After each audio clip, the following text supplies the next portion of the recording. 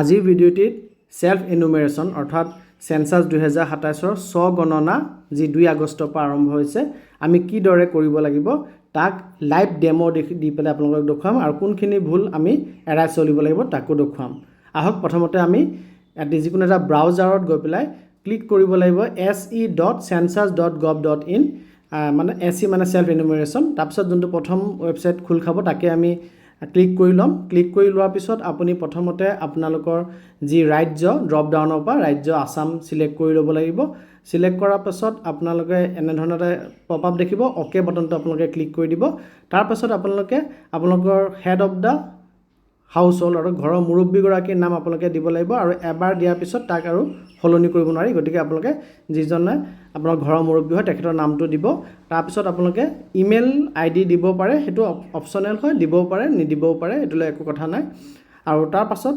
পৰিয়ালৰ যিকোনো এজন সদস্যৰ মোবাইল নম্বৰ আপোনালোকে দিব লাগিব আৰু মনত ৰাখিব এটা মোবাইল নম্বৰ কেৱল এটা পৰিয়ালৰ ৰেজিষ্ট্ৰেচনতহে ব্যৱহাৰ কৰিব পৰা যাব আৰু এই মোবাইল নম্বৰটোতে আপোনাৰ OTP আহিব আৰু লাষ্টত যোনটো সেলফ এনুমেৰেশ্যন নাম্বাৰ এটা আহিব SE নাম্বাৰ এটা আহিব যোনটো নাম্বাৰ আপোনালোকে পিছলৈ আশা বিষয়াসকলক দিব লাগিব সেই নাম্বাৰটো আপোনালোকে এই মোবাইল নম্বৰতে পাব গতিকে আপুনি এখিনি ভৰোৱাৰ পিছত ক্যাপচা যোনটো থাকিব ক্যাপচাটো ভৰাই লৈ পেলাই গেট OTP বটনটো ক্লিক কৰি দিব আপোনালোকে আপোনালোকৰ মোবাইলত OTPটো পাব আৰু সেই OTPটো আপোনালোকে এন্টাৰ কৰিব OTP আপোনালোকৰ যোনটো নাম্বাৰ দিছে সেই নাম্বাৰত যাব সেই OTPটো আপোনালোকে ইয়াতে আপোনাৰ পপ আপটোৰ ওকে বটন ক্লিক কৰি দিব কৰাৰ পিছত OTPটো আপোনালোকে ইয়াত OTP যি 6টা ডিজিট আছে 6টা ডিজিটৰ ঘৰত আপুনি OTPটো এন্টাৰ কৰিব OTPটো এন্টাৰ কৰাৰ পিছত আপোনাৰ পছন্দৰ ভাষা সিলেক্ট কৰিবলৈ অপচনটো পাব আপোনালোকে ড্ৰপ ডাউনত গৈ পেলাই আপোনালোকৰ পছন্দৰ ভাষা সিলেক্ট কৰি ল'ব পৰাপক্ষত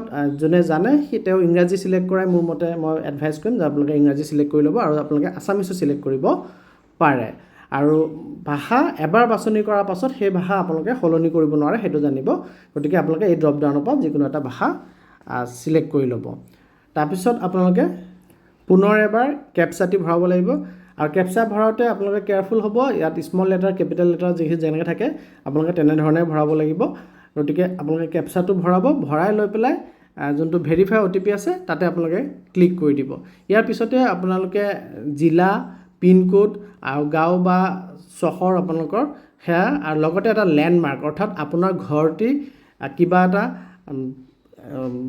যদি ওচৰে পাজৰে কিবা তেনে ধৰণৰ অনুষ্ঠান প্ৰতিষ্ঠান আছে যোনটো চিনাকি হ'ব কাৰণে বা যি সেলফ এনুমেৰেটৰ সকল আহিব আপোনালোকৰ চৰকাৰী বিষয়াসকল আহিব তেওঁলোকে যাতে আপোনাৰ ঘৰটো বিচাৰি উলিয়াব পাৰে তেনে ধৰণৰ যিটো ল্যান্ডমাৰ্ক আছে কাৰবাৰ নামঘৰৰ ওচৰত ঘৰ মছজিদৰ ওচৰত ঘৰ কিবা NGOৰ ওচৰত ঘৰ বা ওচৰত কিবা ক্লাব আছে তেনে ধৰণৰ এটা ল্যান্ডমাৰ্কটো আপোনালোকে দিব যে আপোনাৰ ঘৰটো কিহৰ ওচৰত আছে গতিকে স্ক্ৰিনত এনে ধৰণৰ পপ আপ আহিলে আপোনালোকে ওকে বটনটো ক্লিক কৰিব আৰু তাৰ পিছতে আমি সেইখিনি অপচন পাম যে আপুনি ড্ৰপ ডাউনৰ পৰা ডিস্ট্ৰিক্টটো সিলেক্ট কৰিব আপোনাৰ তাৰ পিছত আপুনি পিন কোডটো সিলেক্ট কৰিব আৰু পাছত আপোনাৰ যদি গাঁও হয় গাঁও আৰু যদি চহৰ হয় চহৰটি টাইপ কৰিব তাৰ লগতে আপুনি ল্যান্ডমাৰ্কটি টাইপ কৰিব টাইপ কৰোঁতে আপোনালোকৰ তলতে ড্ৰপ ডাউনত ওলাই আহিব তাৰে যোনটো আপোনালোকৰ সুইটেবল হয় আপোনাৰ ঘৰটো বিচাৰি উলিয়াবৰ ক্ষেত্ৰত আপুনি সুইটেবল বুলি বিবেচনা কৰে হেতু ড্ৰপ ডাউনৰ পৰা আপোনালোকে সিলেক্ট কৰিব গতিকে ইয়াতে মই টাইপ কৰিছো টাইপ কৰাৰ লগে লগে ড্ৰপ ডাউনত চাক আপোনালোকে ওলাই আহিছে কিছু সংখ্যক সাজেশন ওলাই আহিছে তাৰে যোনটো আপোনাৰ কাৰণে সুইটেবল হয় আপুনি হেতু সিলেক্ট কৰিব সিলেক্ট কৰাৰ পাছত এখন আপোনালোকৰ এখন ইন্টাৰেক্টিভ মেপ খোল খাব স্ক্ৰিনত আৰু যত এটা ৰেড মাৰ্কাৰ থাকিব এই ৰেড মাৰ্কাৰটো টানি আনি আপোনাৰ ঘৰটো যত আছে ঠিক সেই স্থানত সংস্থাপন কৰিব লাগিব অৰ্থাৎ আপোনাৰ ঘৰটো আপুনি ইয়াতে চাব পাৰিব কোনটো পথৰ কাষত কেই নম্বৰত আছে সেইখিনিলৈকে আপোনালোকে ট্ৰাই কৰিব ট্ৰাই কৰা টানি আনিব ট্ৰাই কৰিব ট্ৰাই কৰি পেলাই আপুনি তাতে ক্লিক কৰিব ক্লিক কৰি পেলাই আপুনি সেভ এণ্ড নেক্সট বটনটো ক্লিক কৰিব লাগিব গতিকে মোৰ যতে আছে মই তালৈকে টানিব চেষ্টা কৰিলো চেষ্টা কৰাৰ পিছত আপোনাৰ কনফাৰ্ম লোকেশনটো আপুনি দি দিব দি দিয়াৰ পিছত আপুনি তললৈ স্ক্ৰল ডাউন কৰি পেলাই সেভ এণ্ড নেক্সট বটনটো ক্লিক কৰি দিব লাগিব এইখিনিলৈকে আপোনাৰ ঘৰৰ চিনাকিটো আপুনি দিলে আপুনি ইয়াতে কনফাৰ্ম লোকেশনত ইয়েস পপ আপটোত ইয়েস বটনটো ক্লিক কৰি দিব আৰু ইয়াৰ পিছত আপোনাৰ মূল প্ৰশ্নসমূহ আহিব যোনবিলাক প্ৰশ্ন আপুনি এটা উত্তৰ দিব লাগিব ইয়াতে আপোনাক predominant material of floor of the census house বুলি সুধিছে অৰ্থাৎ ফ্লোৰটো কিহৰ হয় আপুনি ইয়াতে যিকেইটা অপচন আছে অপচন কেইটা পঢ়ি চাব যে মাটিৰে হয় নে আপোনাৰ কাঠৰ হয় নে ইটাৰ হয় নে ষ্টনৰ হয়, তেনেকৈ আপুনি চাব, চাই লৈ পেলাই ইয়াৰ ভিতৰত যোনটো হয় আপোনাৰ টাইলছৰ হয় যোনটো হয় আপুনি সেইটো চিলেক্ট কৰিব। যদি ইটাৰ হয় ইটাৰ, টাইলছৰ হ'লে টাইলছৰ, মাটিৰ হ'লে মাটিৰ। তাৰপিছত আপোনাক ৱালত কি মেটেৰিয়েল ব্যৱহাৰ কৰা হৈছে, ৱাল আপোনাৰ কাঠৰ হয় নে বাঁহৰ হয় নে আপোনাৰ ইটাৰ হয়, আপুনি সেইটো চাব। চ' যদি ইটাৰ হৈ থাকে ব্ৰাউন ব্ৰিক আপুনি চিলেক্ট কৰিব। যদি কনক্ৰিটৰ হয় কনক্ৰিট আপুনি চিলেক্ট কৰিব। আৰু যদি আপোনাৰ কেঁচা ঘৰ হয় মাড হয় তেতিয়াহ'লে আপুনি মাড চিলেক্ট কৰিব। তেনেধৰণৰ আপোনাৰ যোনটো অপশ্যন আপোনাৰ কাৰণে চুইটেবল হয় আপুনি সেই অপশ্যনটো ক্লিক কৰি দিব।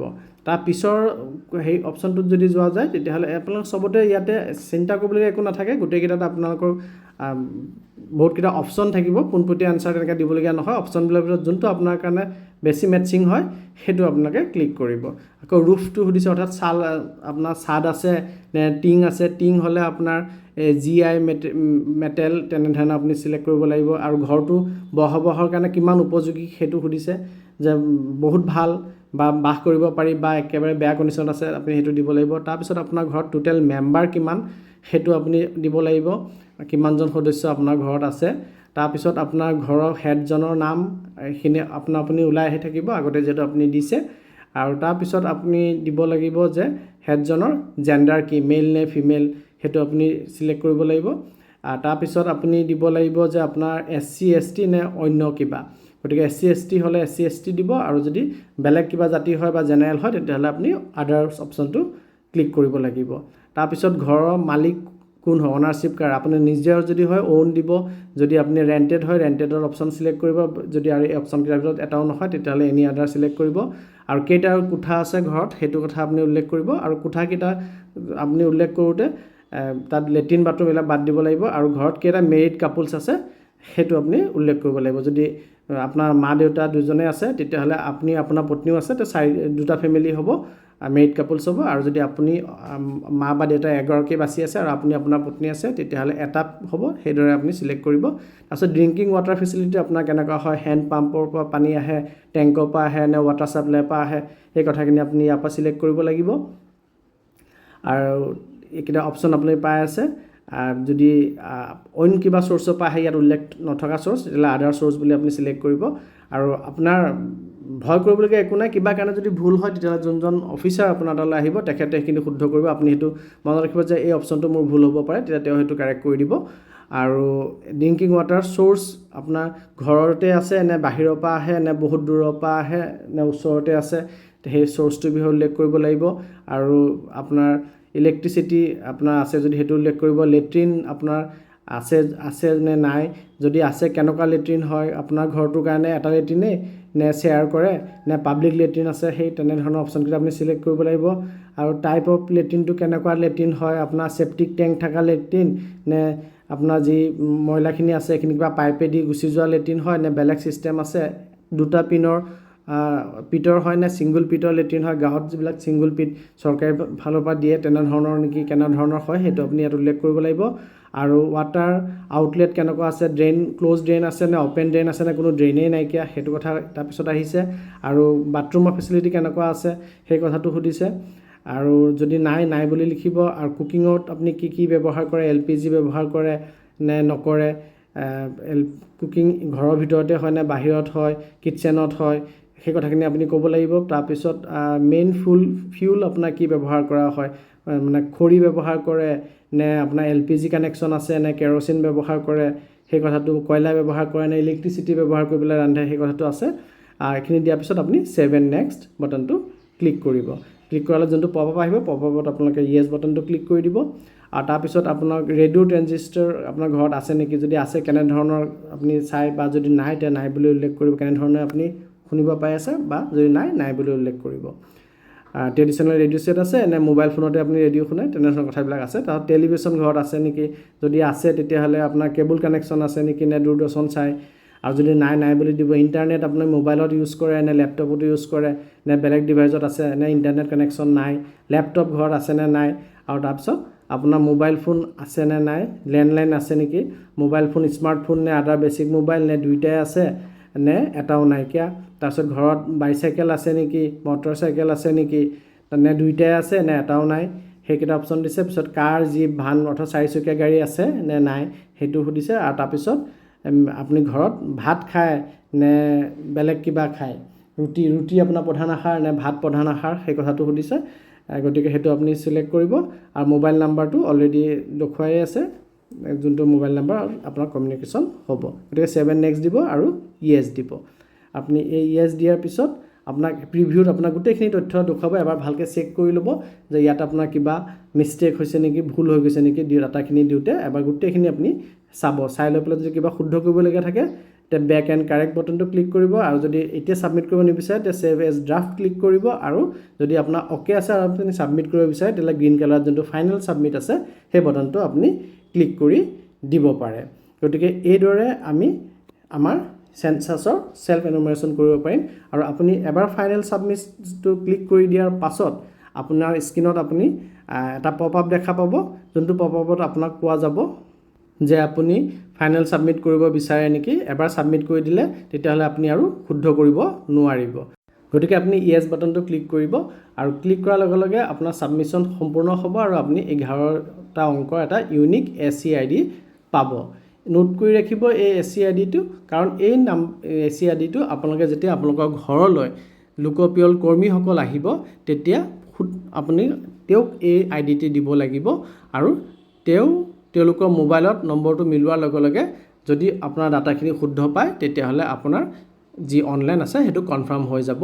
আৰু আপোনাক লোকপিয়লৰ কৰ্মীজনে সুধিবলগীয়া তেনে প্ৰশ্ন নাথাকিব।